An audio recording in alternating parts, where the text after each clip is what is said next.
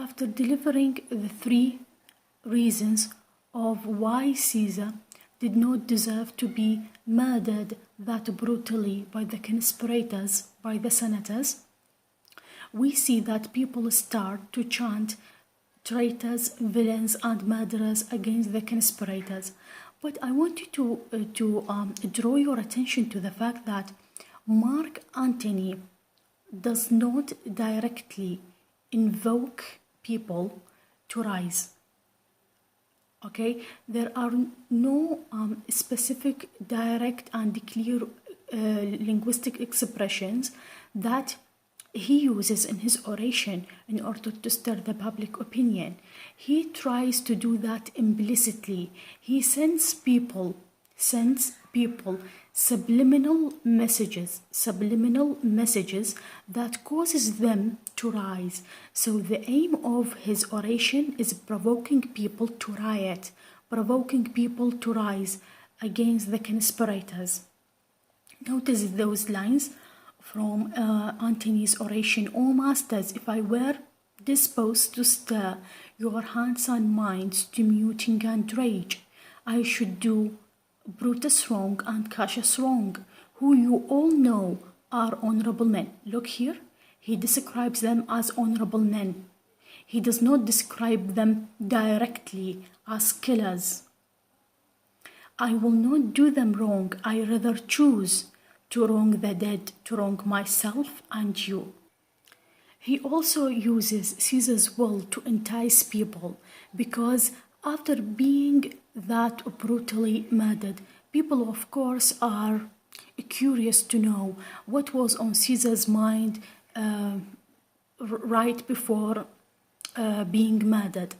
Okay, so he was using Caesar's will to entice people, to inflame them, to cause them to rise against the conspirators. And I think historically, in the historical context, one of the main pillars of Caesar's will is to allow Augustus, whose name is also Octavius Caesar, to take over Rome and rule Rome as a successor of Caesar. Now we come to a very important aspect of this lecture, which is actually the comparison and contrast between Brutus's oration and Antony's oration. Now, as you can see on the screen, we have Brutus's oration on the left hand and Antony's oration on the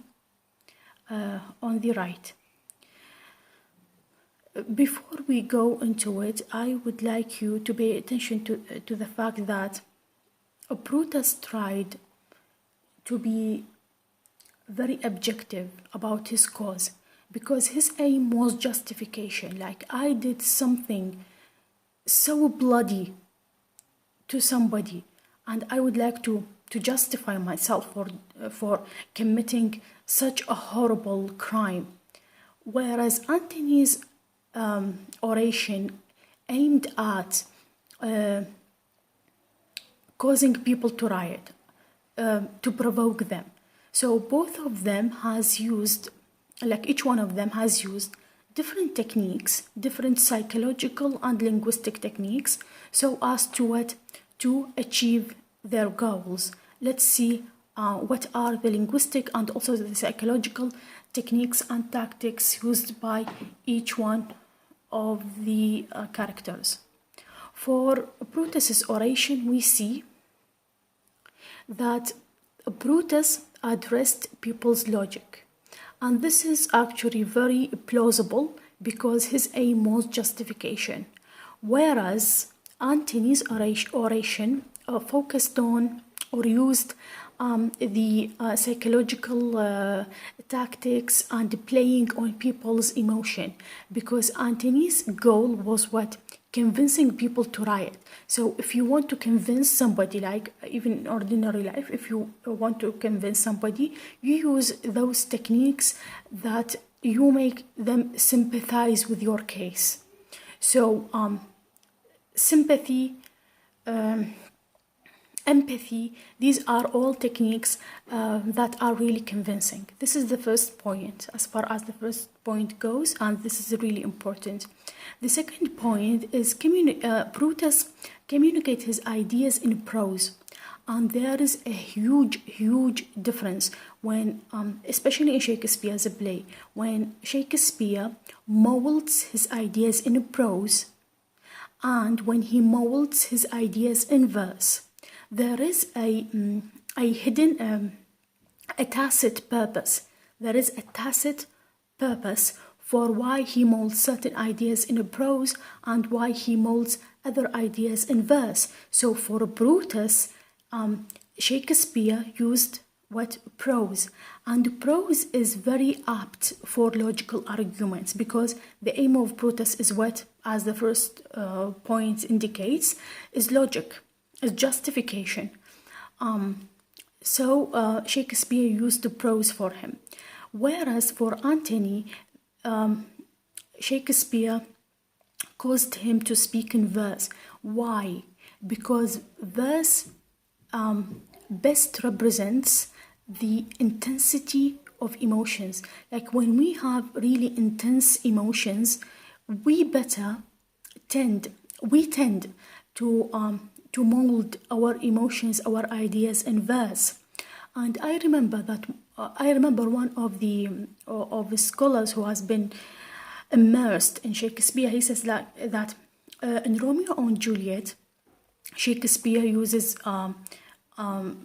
more verse than prose, and the reason behind that is because of the intensity of the emotions. Like between Romeo and Juliet, there is really intense emotions, love, suicide, distancing. These are all aspects of the play that forces the creator of it to use verse over prose. So Antony in here tried to convince people to play on their emotions, and his cause is intense. That is why he used verse rather than prose. So I think it goes without saying that when we mold our ideas in prose, it means that we want our ideas to be direct, clear, and logical. Okay? And when we phrase our ideas in a direct and clear and logical way, of course we are going to avoid what? To avoid embellishment. Please pay attention to the word embellishment. It's very important. Whereas in Antony's oration, he wants to influence people. He wants them to grab this the intensity of emotions that he is feeling. That is why he used decorative language. Like it is not direct. It is verse. It is full of metaphoric expressions, full of idioms. We call language in this way decorative language. Also, another important factor or important aspect is that Brutus's oration is organized, whereas Antony's oration is elaborate. Elaborate means that there are so many details to it. As I said, Brutus tries to portray himself as a patriot, as a national heroic figure, as a nationalist. Like, I did that for you all, and you owe me what I did. For Antony tries to portray himself as an ordinary man.